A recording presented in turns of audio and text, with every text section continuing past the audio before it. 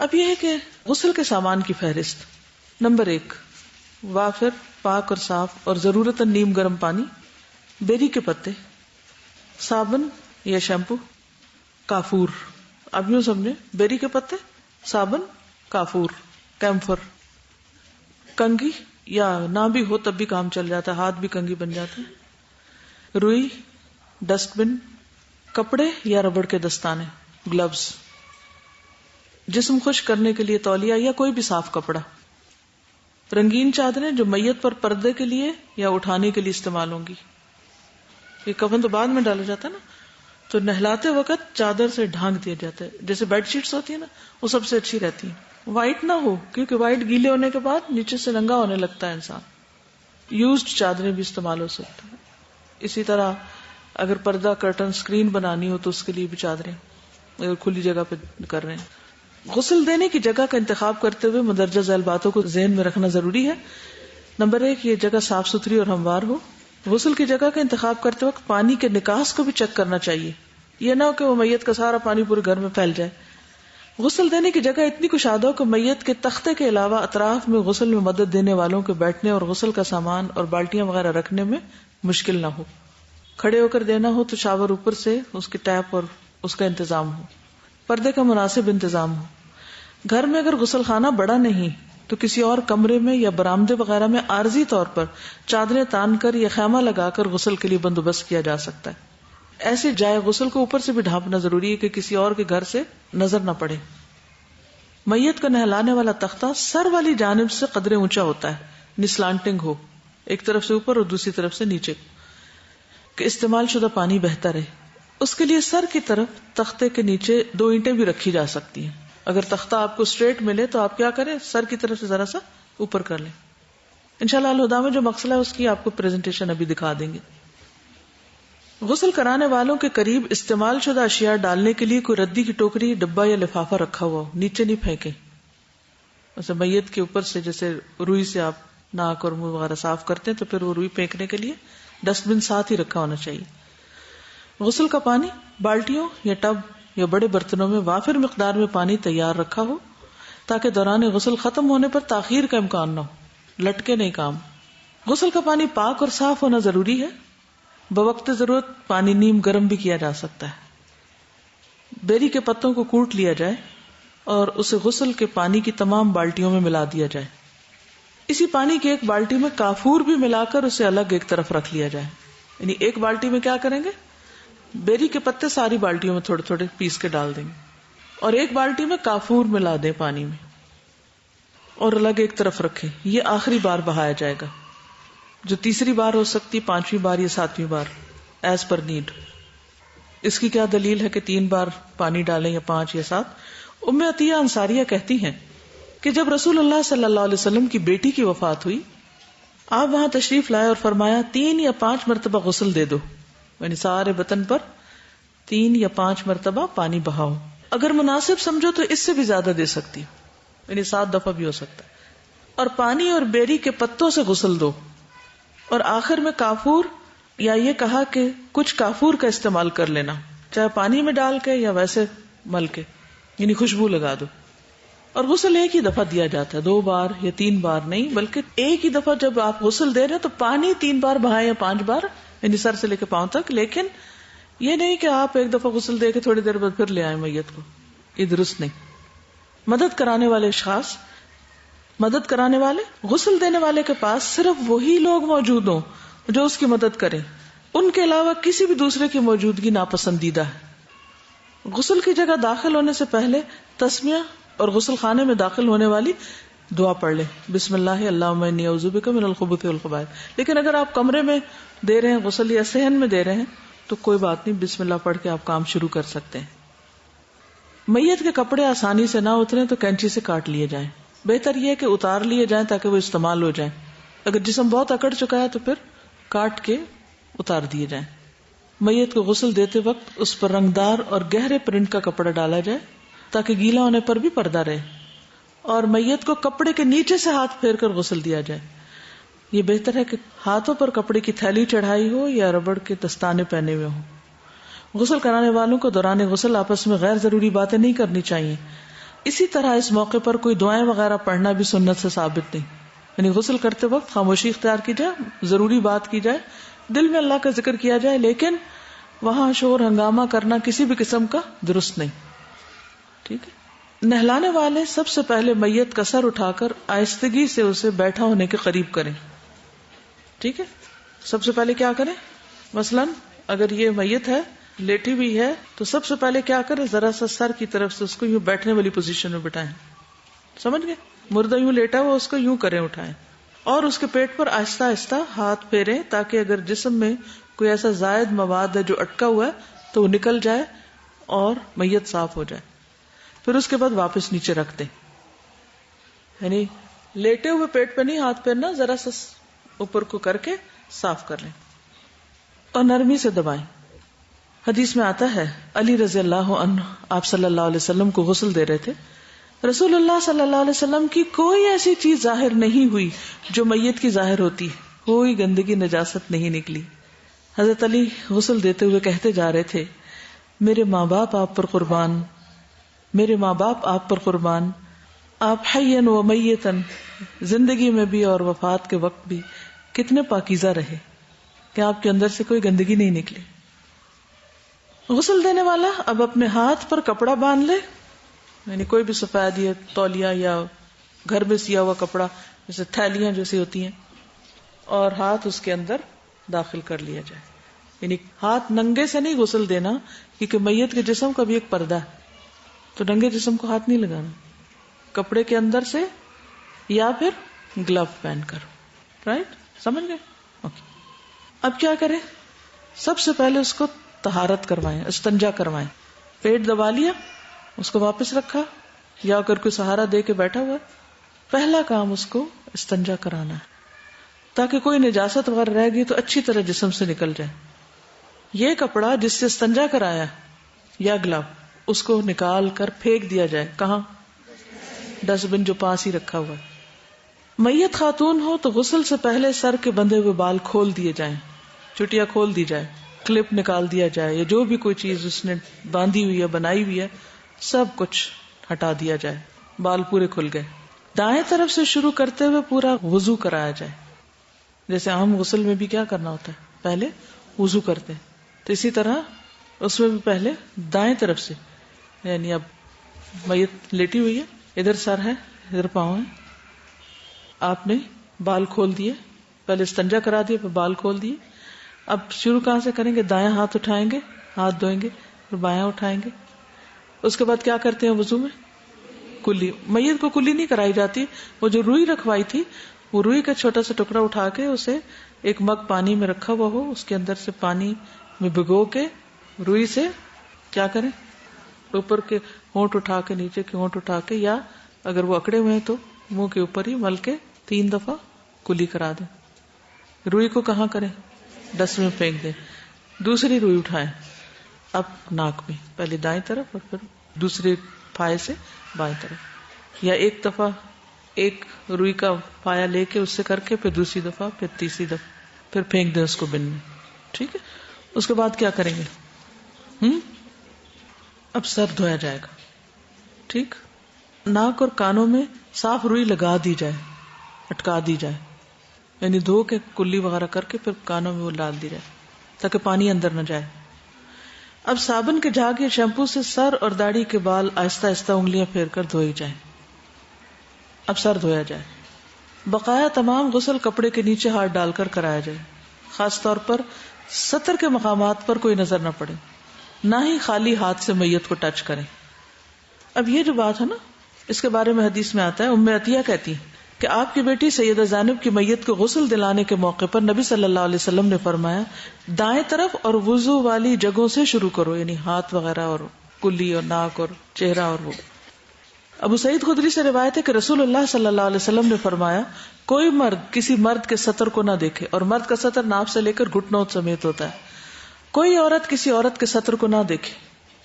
پہلے میت کے جسم کے سامنے والے حصوں کو صابن سے دھویا جائے، گردن کی دائیں طرف سے لے کے دائیں پاؤں تک، اور بائیں پہلو کے بل ہلکی سی کروٹ موڑ کر دائیں طرف کا پچھلا حصہ دھو لیا جائے. اسی طرح بائیں طرف، یعنی آپ نے منہ پہ ہاتھ پہ لیا، پھر اس کے بعد سر کے ساتھ ہی منہ بھی دھو لیں گے، ناک وغیرہ صاف کر کے. اب کیا ہوگا، یہ دائیں ساری سائڈ ایک دفعہ دھوئی جائے گی سامنے سے پاؤں تک، اور پھر اس کو ذرا سا بل دے کے پچھلی طرف بھی دھو دی جائے گی آدھی. ٹھیک ہے. سیم پروسیجر لیفٹ سائڈ پہ، دائیں ہاتھ سے شروع کر کے گردن کے بعد کمر، ٹانگ، پاؤں تک دھو کے پھر اس کو ایسے ہی موڑ کے پیچھے سے بھی سارا دھو دیا جائے گا. اب ایک دفعہ ہو گئی. پھر دوبارہ کیا کریں گے، وہیں پھر رائٹ ہینڈ سے بازو وہ سارا شروع کر کے پیچھے سے کر کے پھر لیفٹ سائڈ پہ آ جائیں گے، پھر تیسری مرتبہ آ جائیں گے. ٹھیک. غسل طاق مرتبہ دیا جائے. آخری بار غسل دینے کے لیے پانی میں کافور ڈالنا مسنون ہے، یعنی پہلی دفعہ دوسری دفعہ کس سے کر لیں، بیری کے پتوں والے پانی سے، اور صابن بھی بے شک لگا لیں. صابن نہ ہو کسی کے پاس تو خالی بیری کے پتے بھی کافی، کیونکہ وہ دھونے کے لیے استعمال ہوتے. اور آخری بار کافور والا پانی ڈالیں. ٹھیک ہے. یا کافور ویسے بھی لگا سکتے ہیں اگر نہیں ہے تو، اور اگر کافور نہیں ملا تو کوئی بھی خوشبو لگا سکتے ہیں. ٹھیک ہے. خاتون کی میت تو غسل کے بعد بالوں کی کنگھی کر کے 3 چوٹیاں 3 لٹیں بنا کر پیچھے کو ڈال دی جائیں. یعنی بالوں کو کیا کیا جائے، کنگھی کر لی جائے. لیکن اگر کنگھی میں مشکل ہو رہی ہے، کوئی بھی ایسا مسئلہ ہے اور کنگھی نہیں ہے کوئی، تو ہاتھوں کے ساتھ یا کسی بھی طرح سارے بال پیچھے برابر کر کے اور اس کے بعد اس کی 3 لٹیں بنا لی جائیں. ام عطیہ بیان کرتی ہیں کہ رسول اللہ صلی اللہ علیہ وسلم ہمارے پاس تشریف لائے جس وقت ہم آپ کی بیٹی سیدہ زینب کو غسل دے رہے تھے. آپ نے فرمایا 3 بار، 5 بار، 7 بار، مناسب سمجھو تو اس سے بھی زیادہ بار غسل دو، خوب اچھی طرح دو. ام عطیہ بیان کرتی ہیں میں نے عرض کیا طاق عدد میں، آڈ نمبر؟ آپ نے فرمایا ہاں، اور آخری بار اس میں کچھ کافور بھی ملا دینا. جب فارغ ہو تو مجھے اطلاع کر دینا. جب ہم فارغ ہوئی تو ہم نے آپ کو اطلاع کی. آپ نے ہماری طرف اپنا تہبند پھینک کر فرمایا یہ اندر ان کے بدن پر لپیٹ دو، یعنی پہلا ریپ اس سے کرو. ام عطیہ بیان کرتی ہیں ہم نے ان کے بالوں کے 3 حصے کر کے کنگھی کی اور پیچھے ڈال دیے. ٹھیک ہے. جو حدیث میں آ رہا ہے وہ پیچھے ڈالنے کا ذکر ہے، اسی لیے میں نے آگے کی بات نہیں کی. یعنی جو حدیث کے لفظ ہیں اس میں پیچھے ہی ڈالنے کو کہا گیا ہے. یعنی کہ پیچھے سے مطلب یہ ہے کہ کر کے پیچھے ہی کر دیں، ضروری نہیں کہ آگے ڈالیں.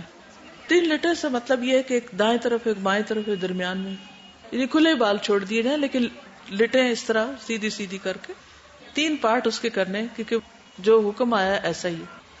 اگر میت کو دھویا نہ جا سکے تو تیمم کرایا جا سکتا ہے، جیسے کوئی جل جائے یا کوئی کیمیکل اس کے اوپر پڑ جائے یا پانی میں ڈوب کے مرا ہو، لاش دیر سے ملی اور بالکل ہی جسم گل رہا ہو، یا کسی حادثے میں ٹکڑے ٹکڑے ہو گیا ہو.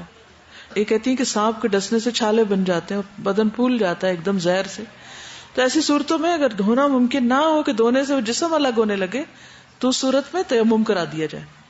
تیمم کا طریقہ آتا ہے، وہی طریقہ کرنا ہے.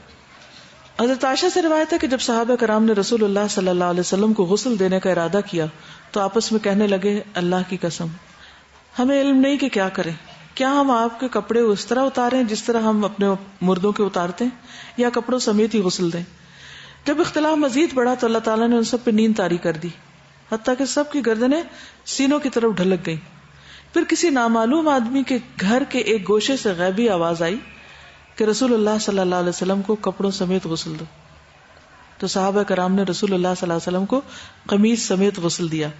وہ قمیص کے اوپر سے پانی ڈالتے تھے اور ہاتھوں کے بجائے قمیص سے ہی ملتے جاتے تھے، یعنی اسی قمیص کے اوپر سے ہاتھ پھیر کے آپ کو غسل دیا گیا، آپ کے کپڑے نہیں اتارے گئے. جی 7 دفعہ رائٹ دھوئیں گے، 7 دفعہ لیفٹ، اسی طرح ایک دفعہ کر کے پھر دوسری دفعہ دائیں طرف سے ہو گیا، پھر بائیں طرف اسی طرح وہی امر، پھر دائیں طرف سے، پھر بائیں طرف، پھر دائیں طرف، پھر بائیں طرف. آخری دفعہ جو بھی ہو، 5ویں ہو یا تیسری یا 7ویں، آخری دفعہ کافور والا. نہیں صابن ہر دفعہ نہیں لگانا، پانی 3 دفعہ بہانا. جی یعنی صابن آپ چاہیں تو کٹھا ہی لگا لیں ایک ہی دفعہ اوپر آخر تک، اور پھر اس کے بعد پانی 3 مرحلوں میں بہانا ہے، یا 5 میں یا 7، اور پہلے دایاں پھر بایاں، دایاں بایاں، اس طرح. یہ نہیں کہ 7 دفعہ سارا پہلے دایاں اور 7 دفعہ بایاں، دونوں طرف الٹ. اچھا اب ہے کفن کا مرحلہ. کپڑا کفن کے لیے صاف ستھرا سفید کپڑا استعمال کرنا افضل ہے. رسول اللہ صلی اللہ علیہ وسلم کا فرمان ہے سفید لباس پہنا کرو، یہ تمہارا بہترین لباس ہے اور اسی میں مردوں کو کفن دیا کرو. یعنی خصوصاً مردوں کے لیے سفید لباس پسندیدہ ہے. رسول اللہ صلی اللہ علیہ وسلم نے فرمایا جب کوئی آدمی اپنے بھائی کو کفن دینے کا ذمہ دار بنے کہ میں دوں گا یہ، تو اچھا کفن دے، گھٹیا قسم کا نہیں، کیونکہ مردوں کو اپنے کفنوں میں اٹھایا جائے گا اور اسی لباس میں وہ ملاقاتیں کریں گے. مردوں کو آگے نہیں پتا کہ کس جگہ، ہو سکتا ہے کہ جہاں ان کی روحیں برزخ میں ہیں یا جو بھی، اور اسی میں وہ وہاں ملاقاتیں کریں، کیونکہ قیامت کے دن تو سب ننگے بدن اٹھائے جائیں گے. ہو سکتا ہے بعد میں پھر پہنا دیے جائیں، تو اچھا لباس پہنائیں. کفن کے لیے کپڑے کی مقدار یا پیمائش اتنی ہو کہ آسانی سے میت کا تمام جسم ڈھانپا جا سکے. نامکمل اور ناکافی کفن کسی مجبوری کے علاوہ یا عذر کے علاوہ ناپسندیدہ ہے، کیونکہ اس سے جسم کھلنے کا اندیشہ ہے. کیونکہ کفن پہنانے کے بعد قبر میں اتارنا ہے، اگر وہ آدھا ادھورا پہنایا ہوا، یہ نہ آپ قبر میں اتار رہے ہو کفن کھول کے کہیں جائے اور بے حرمتی ہو میت کی، سمجھ رہے؟ تو اس لیے کھلا کپڑا ہونا چاہیے. نبی صلی اللہ علیہ وسلم نے ایک دن خطبہ ارشاد فرماتے ہوئے ایک صحابی کا تذکرہ فرمایا جسے وفات کے بعد ناکافی کفن میں لپیٹا گیا اور رات کو دفن کیا گیا. راوی کہتے ہیں کہ نبی صلی اللہ علیہ وسلم نے ہمیں اس بات پہ ڈانٹا کہ میت کو رات کو دفن نہ کیا جائے الا یہ کہ انسان مجبور ہو. مزید فرمایا جب کوئی مسلمان اپنے بھائی کو کفن دے تو ممکن ہو تو اچھا کفن دے. اچھے کفن سے مراد یہ کہ صاف ستھرا ہو، موٹا ہو، بدن چھپانے والا ہو اور درمیانی قسم کا ہو. اس سے مراد مہنگا اور نفیس کپڑا نہیں ہے، ریشمی ہو یا بہت باریزے کا کفن دینا شروع کر دیں اور اس طرح کے کام نہیں ہے. معقول بس کپڑا ہو، ضروری نہیں کہ بالکل نیا کپڑا ہو، اگر دھلا ہوا ہے تو بھی اس سے دیا جا سکتا ہے. بعض لوگ آب زمزم میں دھوتے ہیں، اس کی کوئی حقیقت نہیں ہے، اپنی تسلی کے لیے ایسا کرتے ہیں، تو اگر وہ اس کو پانی لگا ہوا ہو یا دھلا ہوا تو بھی کوئی حرج نہیں ہے. حضرت عائشہ کہتی ہے کہ میں ابو بکر رضی اللہ عنہ کی خدمت میں حاضر ہوئی، یعنی جب وہ فوت ہونے والے تھے، تو انہوں نے پوچھا رسول اللہ صلی اللہ علیہ وسلم کی وفات کس دن ہوئی تھی؟ حضرت عائشہ نے جواب دیا پیر کے دن. انہوں نے پوچھا آج کون سا دن ہے؟ کہا آج پیر کا دن ہے، یعنی منڈے. ابو بکر نے کہا پھر مجھے بھی امید ہے کہ اب سے رات تک میں بھی رخصت ہو جاؤں گا. ہر چیز میں پیروی کرنا چاہتے تھے. اس کے بعد انہوں نے اپنا کپڑا دیکھا جسے مرض کے دوران میں آپ پہن رہے تھے. اس کپڑے پر زعفران کا دبا لگا ہوا تھا. انہوں نے فرمایا میرے اس کپڑے کو دھو لینا اور پھر اس کے ساتھ 2 اور ملا دینے، کیونکہ 3 کپڑوں میں کفن دیا جاتا ہے، اور مجھے اسی میں کفن دے دینا.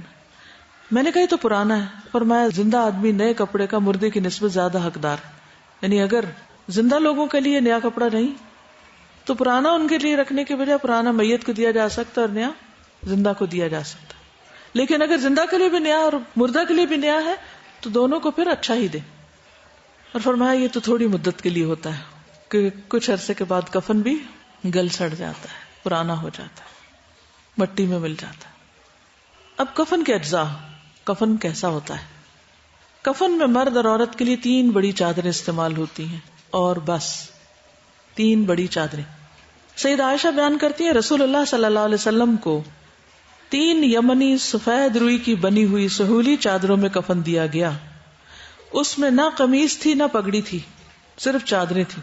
حضرت عائشہ فرماتی ہیں ہم نے نبی صلی اللہ علیہ وسلم کو یمن کی 3 نئی سفید سہولی چادروں میں کفن دیا جس میں قمیص تھی نہ امامہ، یعنی قمیص کرتا سی کے نہیں پہنایا گیا اور نہ کوئی ٹوپی اور نہ کوئی سر کا الگ کپڑا تھا، بس اسی میں لپیٹ دیا گیا. اگر ہو سکے تو ایک ہلکی دھاری دار چادر کفن میں شامل کر لی جائے. سنن نبی داؤد کی کوئی روایت انہوں نے لکھی ہے کہ جب تم میں سے کوئی فوت ہو جائے اور اگر مل سکے تو کفن میں ایک دھاری دار چادر شامل کر لی جائے، یعنی ایسا کیا جا سکتا ہے. یعنی یمنی کپڑے کے اندر دھاریاں ہوتی. ٹھیک. عورت اور مرد کے کفن کا فرق. عورت کو کفن دینے کے بارے میں سنت سے فرق کی کوئی دلیل نہیں ملتی، اور جس حدیث میں 5 کپڑوں کا ذکر ہے وہ ضعیف ہے، اس لیے عورت کو بھی مرد کی طرح ہی کفن دیا جائے گا. علامہ البانی فرماتے ہیں اس مسئلے میں عورت مرد کی طرح ہی ہے، کوئی تفریق کی دلیل نہیں. البتہ لیلہ بنت قانف والی حدیث جس میں نبی صلی اللہ علیہ وسلم کی بیٹی کو 5 کپڑوں میں کفن دینے کا ذکر ہے، اس کی سند درست نہیں. ابن جریج کہتے ہیں کہ میں نے عطا سے پوچھا عورت کو کتنے کپڑوں میں کفن دیا جائے گا؟ انہوں نے کہا 3 کپڑوں میں، اور ایک کپڑا سب سے اوپر ہوگا جس میں اس کو لپیٹا جائے گا. میں نے کہا وہ دوپٹہ نہیں ہوگا؟ انہوں نے کہا نہیں، لیکن کپڑوں کو پیٹیوں کے ساتھ اس طرح جمع کر دیا جائے گا کہ اس کی حیت مردوں جیسی ہو جائے گی، یعنی عورت کی جو سینہ ہے یا باقی جسم اس کو لپیٹا اس طرح جائے گا کہ وہ پتہ نہیں چلے گا کہ عورت ہے یا مرد ہے. حضرت عائشہ فرماتی ہیں کہ ہم نے نبی صلی اللہ علیہ وسلم کو اسی طرح یہ 3 کپڑوں میں کفن دیا تھا. لیکن 5 کپڑوں کا جو جواز ہے اس میں آراء ملتی ہے، اوپینینز ہیں، حدیث نہیں ہے. تو بہتر کیا ہے پھر؟ حدیث بہتر ہے. ابن سیرین کہتے ہیں کہ عورت کو 5 کپڑوں میں کفن دیا جائے: قمیص، دوپٹہ، باندھنے کے لیے کپڑے کا ٹکڑا، 2 چادریں جن میں میت کو لپیٹا جاتا ہے. ابن سیرین یہی حکم دیا کرتے تھے کہ کپڑا عورت کے بدن پر لپیٹا جائے، ازار کے طور پر نہ باندھا جائے، الگ نیچے کا اور الگ اوپر کا سینہ بند یہ نہ کیا جائے، بلکہ اکٹھا ہی لپیٹا جائے. حسن بصری کہتے ہیں کہ عورت کے لیے 5واں کپڑا چاہیے جس سے قمیص کے تلے رانے اور سرین باندھی جائے. یہ ان کا اپنا اوپینین ہے. ابن سیرین کے نزدیک 5 کپڑوں کی ہیئت اس طرح بنتی ہے: قمیص، دوپٹہ، باندھنے کے لیے کپڑے کا ٹکڑا اور 2 چادریں. حسن بصری کے نزدیک قمیص، دوپٹہ، تہبند، 2 بڑی چادریں. پھر وہ ورژن الگ الگ ہو جاتے ہیں. کپڑا کم ہو اور میتیں زیادہ ہوں. بعض ہنگامی حالت مثلا جنگ، آفت یا سفر وغیرہ میں میتیں زیادہ اور کفن ناکافی ہوں تو ایک کپڑے میں بھی دفنایا جا سکتا ہے. سمجھ آ گئی؟ 3 مسنون ہے لیکن ایک میں بھی دفن کر سکتے ہیں اگر نہیں ہے کسی کے پاس، جیسے شہدائے احد کے ساتھ کیا گیا. یہ 70 لوگ ایک دن شہید ہو گئے تو اتنے کفن لانا مشکل ہو گیا. اور مصعب بن عمیر کو کس طرح دیا گیا کفن کہ سر ڈھانپتے تھے تو پاؤں کھل جاتے، پاؤں ڈھانپتے سر کھل جاتا، تو اسخر گھاس ڈال دی گئی. اسی طرح جب حمزہ شہید ہوئے یا کسی دوسرے صحابی کا نام لیا، فرمایا وہ بھی مجھ سے افضل تھے، لیکن ان کے کفن کے لیے بھی صرف ایک چادر ملی تھی. مصعب بن عمیر کا تو آپ کو معلوم ہے کہ کس طرح مکہ میں جو ایک دفعہ کپڑا پہن لیتے تھے پھر نہیں پہنتے تھے، اور ان کے کپڑے امپورٹ ہوتے تھے اور انتہائی قیمتی ہوتے تھے، ایسی خوشبو لگاتے تھے کہ جہاں سے گزرتے لوگوں کو پتہ چل جاتا کہ مصعب بن عمیر ہے. لیکن جب اسلام لائے تو والدہ سخت ناراض ہو گئی، نان نفقہ بند ہو گیا. پھر جب مدینہ ہجرت کی تو جا کر دن رات قرآن پڑھانے لگے اور نبی صلی اللہ علیہ وسلم کی آمد سے پہلے پورا ماحول تیار کر دیا، بے شمار لوگوں کو مسلمان کیا. اور جب دنیا سے جانے کا وقت آیا تو ایک کپڑا بھی پورا نہیں ملا. لیکن کیا اس سے ان کی قدر و قیمت کم ہو گئی؟ ان کے لیے ہمارے دلوں میں کتنی عزت اور محبت. تو انسان کی عزت اس کے کپڑوں کی وجہ سے نہیں ہوتی، یہ ہمارے خود ساختہ معیار، اس کے کام کی وجہ سے وہ اللہ دلوں میں محبتیں ڈال دیتا ہے. تو اصل فکر اس چیز کی ہونی چاہیے کہ زندگی کیسے گزر رہی ہے.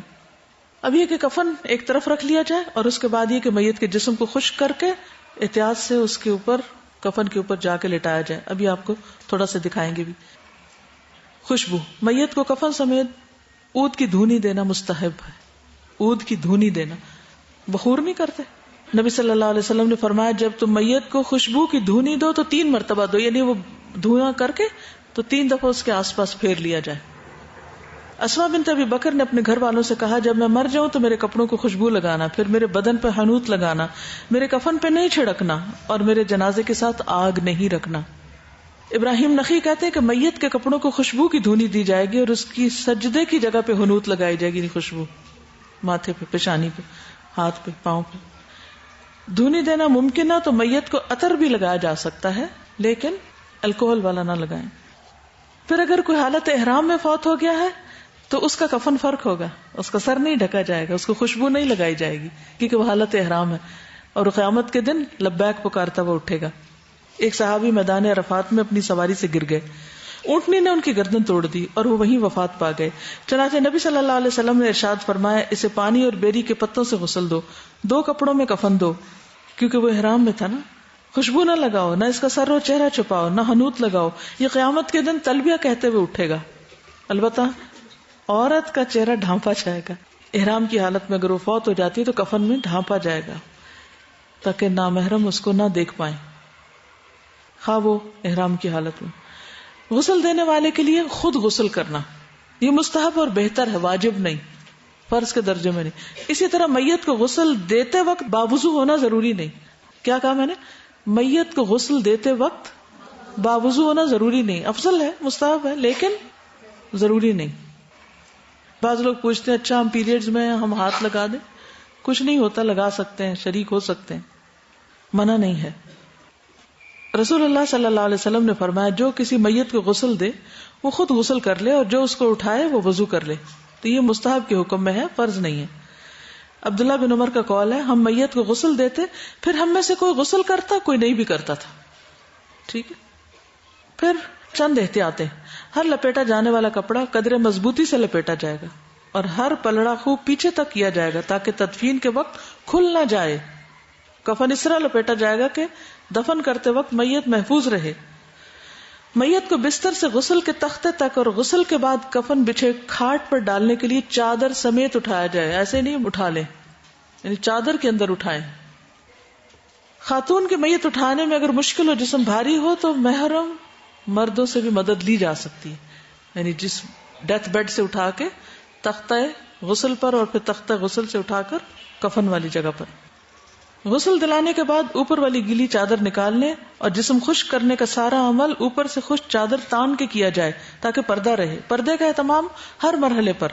جسم خشک کرنے کے بعد میت کو غسل کے تختے سے اٹھانے سے پہلے اسی طریقے سے نیچے چادر بچھائی جائے گی جس طرح پہلے نکالی گئی تھی. یعنی ایک طرف سے کر کے پھر دوسری طرف سے پھر نیچے سے کھینچ لی جائے. کوئی نامحرم مرد کسی عورت میت کا چہرہ نہ دیکھے، نہ ہی کوئی نامحرم عورت کسی مرد میت کا چہرہ دیکھے. اجنبی عورت کے چہرے اور ہاتھ کو کوئی بھی نہ دیکھے. اب آپ کو اس وقت پریزنٹیشن انشاءاللہ دکھائیں گے جس میں مغسلہ دکھائیں گے اور آپ کو یہاں کفن ڈالنے کا طریقہ بتائیں گے ابھی انشاءاللہ. اس کے بعد آپ سے کلاس میں ایکٹیویٹی کرائی جائے گی. تو آپ سب کیا کریں گے، اپنے گھروں سے 3 کپڑے لے کر آئیں گے، چاہے 3 دوپٹے ہی لے کر آئیں. آپ میں سے ہر ایک کو پریکٹیکلی کرنا ہے یہ کام. ٹھیک، یہ آپ کا ہوم ورک ہے، یہ کلاس ورک ہے. یہاں آپ کو صرف ڈیمو دکھا دیا جائے گا اور آپ کی ٹیچرز کو مزید ٹرین کر دیا جائے گا تاکہ صحیح طور پر سکھا سکیں. مغسلہ، یہ الہدا کا مغسلہ ہے. مغسلہ کہتے ہیں جس میں غسل دیا جاتا ہے. یہ پیچھے جو روم ہے نا، تو آپ اس کی تصویر دیکھ رہے ہیں. یہ اسٹریچر ہے جس کے اوپر میت کو لا کر رکھا جاتا ہے، جیسے گھر سے لائیں یا ایمبولینس سے اتار رہے ہیں. نیکسٹ، یہ ٹیبل ہے جس پر میت کو واش کیا جاتا ہے. اوپر سے آپ دیکھ رہے ہیں شاور کی طرح وہ پائپ رکھا ہوا. نیکسٹ، یہ کفن والا ٹیبل ہے، اس پر نہلانے کے بعد اس پہ ڈالا جاتا ہے. نیکسٹ، یہ ساتھ اگر کوئی بیٹھنا چاہے تو کرسیاں رکھی ہوئی ہیں، بالٹی ہے، بن ہے، مگ ہے، ٹب ہے جس میں پانی کے اندر بیری کے پتے وغیرہ ڈال کے رکھ دیے جائے پاس. یہ کفن کے مختلف اجزاء وغیرہ ہیں، ریکوائرڈ تھنگس، یہ ساری موجود ہیں اس میں. یہ آپ اوپر 2 چھوٹی چھوٹی دیکھ رہی ہیں ٹاول کے اوپر ٹکیاں، یہ ٹکیاں کافور کی ہیں. یہ کاٹن ہے، عام کاٹن رول جو ہوتا ہے. پھر اسی طرح یہ گلوز وغیرہ اکٹھے رکھے ہوئے ہیں. پھر سیزرز ہیں اگر ضرورت پڑے. یہ کفن پیکج ہے الہدا کا. پھر دعائیں بھی ہیں کفن کے اندر ہم نے رکھی ہوئی ہیں تاکہ اس وقت دوسروں کو بانٹ دی جائیں. لائٹ آن کریں اور چادریں بچھائیں. یہ تینوں چادریں اس طرح بچھا دیں گے جیسے بیڈ شیٹ بچھاتے ہیں نا، ایک بیڈ شیٹ کی بجائے 3 بیڈ شیٹس اوپر نیچے.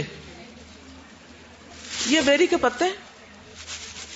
ٹھیک ہے، انشاءاللہ اس کے بھی ڈرائی پتے آپ کو پیک یہاں سے اویلیبل کریں گے. اس کو رگڑ کے مل کے کیا کریں، بالٹی میں ڈالیں.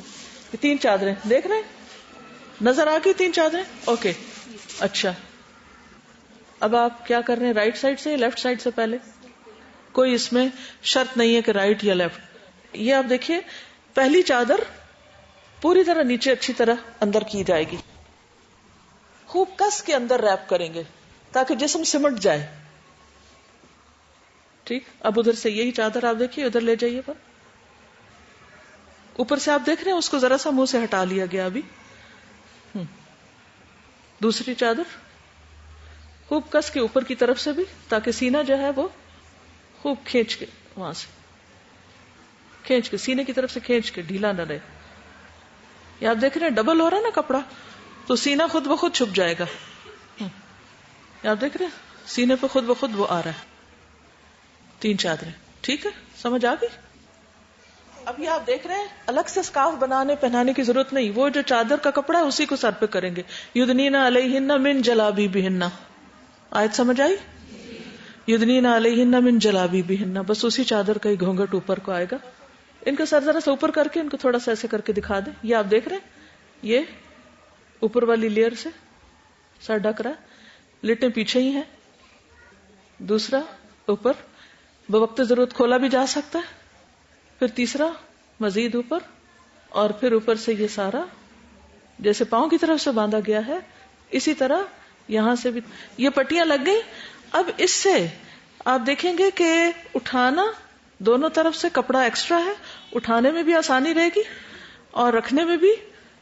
کسی ایکسٹرا سلائی کی دھلائی کی اور کاٹ پھانٹ کے ادھر سکارف بنایا جا رہا ہے، ادھر پجامہ چڑھایا جا رہا ہے، ادھر قمیض سلائی جائے, کچھ کرنے کی ضرورت نہیں.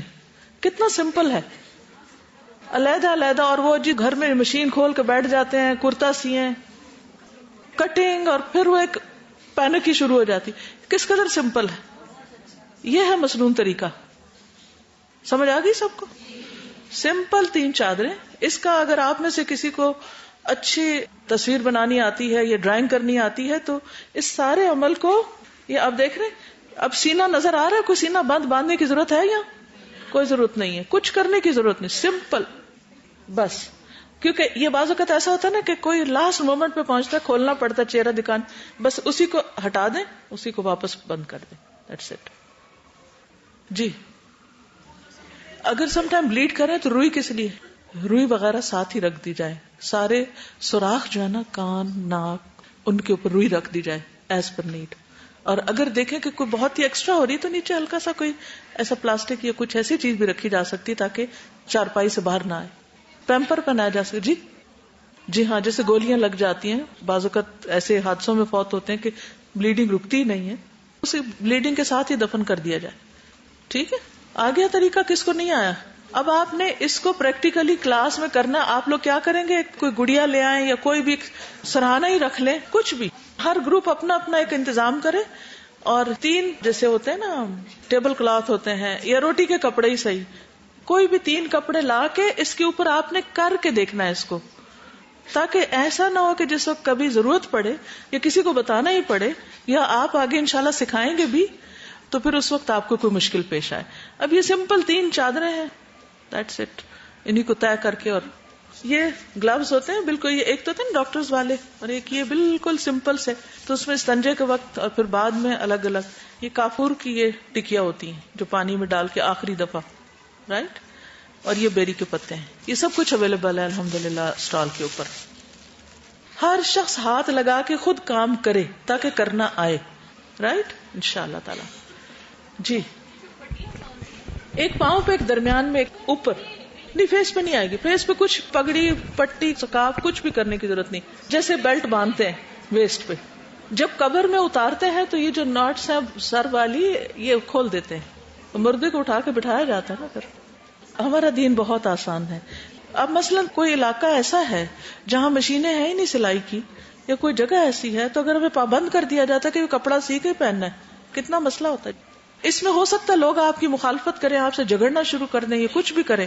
یہ حدیثیں آپ کے پاس ہونی چاہیے کہ نبی صلی اللہ علیہ وسلم نے کوئی فرق نہیں بتایا اور 3 کپڑوں کا ہی کہا. اور یہ جو باقی چیزیں نا یہ لوگوں کی اوپینین ہے, ایسا کر لیں سہولت کے لیے, کاٹ لیں, اوپر کر لیں, نیچے کر لیں.